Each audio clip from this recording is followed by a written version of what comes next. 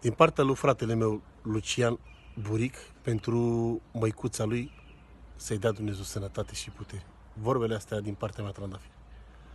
Mama mea, măicuță bună, o măicuță, mamă, ești bolnavă și bătrână.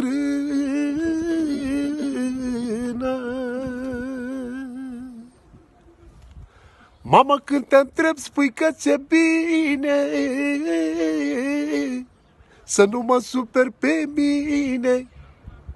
Dar eu știu, măicuță, bine că te prefaci, că ți-e bine.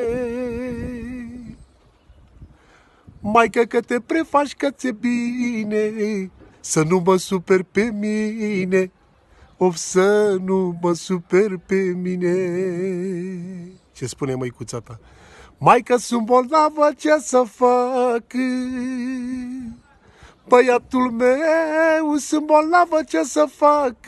Stau în patul meu și zac. Dau ocul grădinii mele, maică, și mă uit la floricele. Parcă vă văd, maică mici, când erați cu mine aici. Să-i dea Dumnezeu sănătate lui măicuța ta.